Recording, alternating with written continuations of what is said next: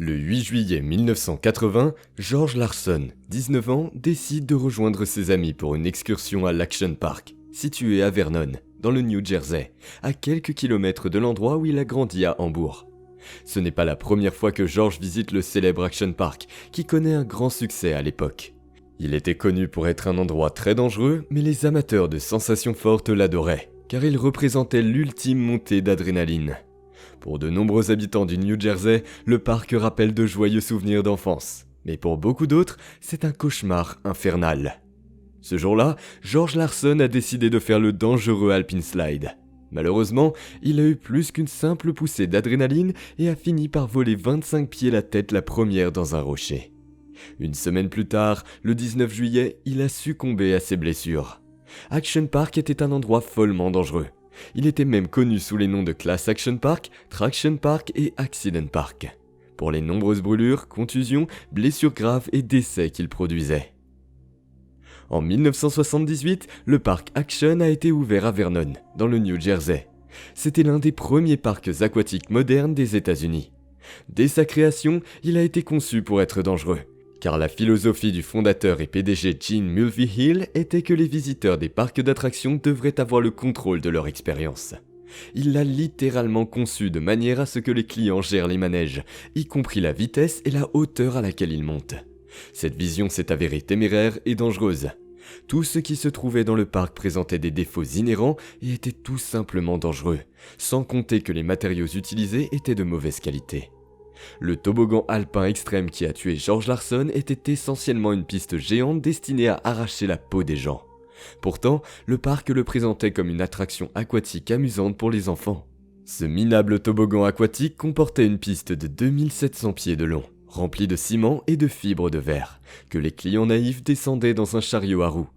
Pour monter sur le toboggan, il faut d'abord prendre un téléski jusqu'au sommet, où ils sont accueillis par des photos d'enfants blessés, accompagnés d'un avertissement demandant aux cavaliers de garder leurs bras à l'intérieur de leur chariot. Les cavaliers étaient loin de se douter que les photos n'étaient que pour le spectacle, et que les normes de sécurité du parc n'étaient pas seulement très basses et vulgaires, mais carrément inexistantes.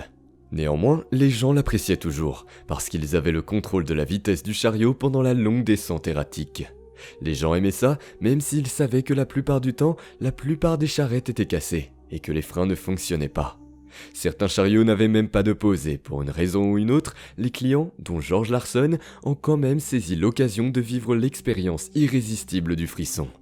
Ce qui était encore plus troublant à propos de l'Alpine Slide, c'est le fait que de nombreux freins du chariot étaient fréquemment bloqués, ce qui signifiait que le conducteur finissait par ramper plutôt lentement le long du toboggan, se faisant inévitablement frapper dans le dos par un autre conducteur plus rapide.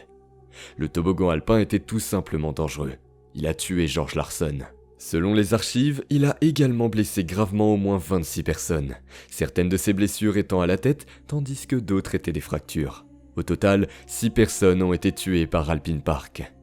Le toboggan alpin n'est pas le seul manège mortel d'Action Park. L'une des attractions les plus remarquables du parc est la piscine à vagues, qui est également l'une des premières à avoir été ouverte aux États-Unis et qui est notoirement dangereuse. Elle est d'ailleurs surnommée The Grave Pool. Il était rempli d'eau douce, et non d'eau de mer, ce qui rendait les clients moins flottants et faisait que les nageurs et non-nageurs forts se retrouvaient littéralement dépassés par les vagues d'1 mètre de haut. C'était tellement mortel que plus d'une douzaine de sauveteurs ont été affectés à la sécurité des clients.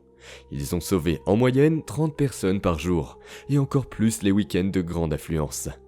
Ironiquement, The Grave Pool n'était pas le manège le plus mortel d'Action Park. Ce titre était détenu par le tristement célèbre Cannonball Loop, un toboggan aquatique fermé avec une boucle verticale complète. Après son installation, les propriétaires du parc ont envoyé une poupée mannequin pour tester le manège, et elle est revenue sans tête. Les propriétaires ont même offert $100 à des employés volontaires pour les aider à effectuer les tests.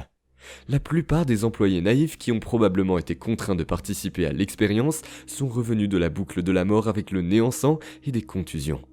Mais les propriétaires ont tout de même décidé d'ouvrir le manège.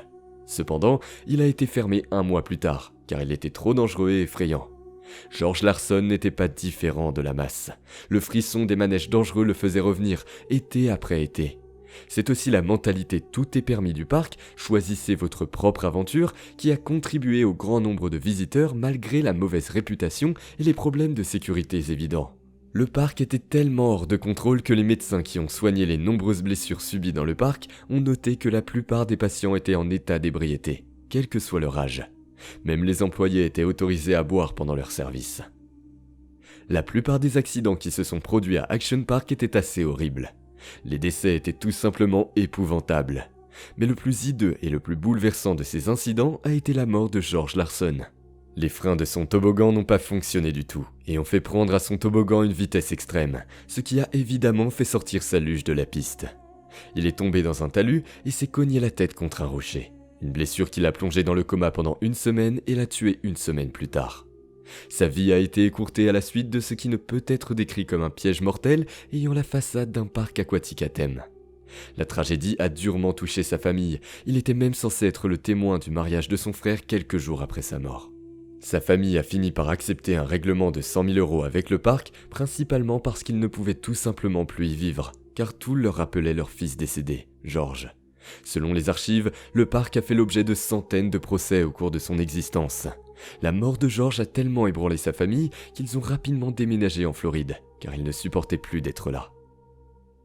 Ce qui était tout aussi inquiétant que l'incident lui-même à l'époque, c'était le comportement imprudent et l'arrogance des propriétaires du parc. Le propriétaire et fondateur du parc, Gene Mulvihill, est même allé jusqu'à dire aux journalistes que Larson était un employé, qu'il roulait de nuit et qu'il avait plu. Ce qui s'est avéré être un gros mensonge, l'incident ayant eu lieu dans l'après-midi et George ne travaillant pas là. Le sournois Mulvihill a raconté cette histoire de merde parce que si Larson était un employé, il n'était pas tenu de déclarer ce décès à l'État. Même la porte-parole du parc, Wesley Smith, n'a pas pris la peine d'exprimer le moindre remords. Elle est même allée jusqu'à nier que l'incident était de la faute du parc. Elle a déclaré aux médias que le manège n'avait pas blessé Larson et que c'était un rocher situé à 8 mètres de là qui l'avait blessé. Il a fallu la mort de George Larson et de 5 autres personnes, ainsi que des centaines de blessures, pour que l'Action Park soit finalement fermé en 1996. En 2010, Mulvihill a dirigé un comité pour racheter le parc. Il a rouvert en 2014 sous un nouveau nom, Mountain Creek Water Park, et fait désormais la publicité de son personnel de sauveteurs formé et de ses dispositifs de sécurité rigoureux et conformes aux normes. Merci d'avoir regardé. Assurez-vous d'aimer, de partager, de vous abonner et d'appuyer sur le bouton de cloche pour être informé chaque fois que nous téléchargeons une nouvelle vidéo qui vous emmènera au cœur des scènes et des mystères de certains des incidents, accidents, catastrophes et événements paranormaux les plus terrifiants du monde entier.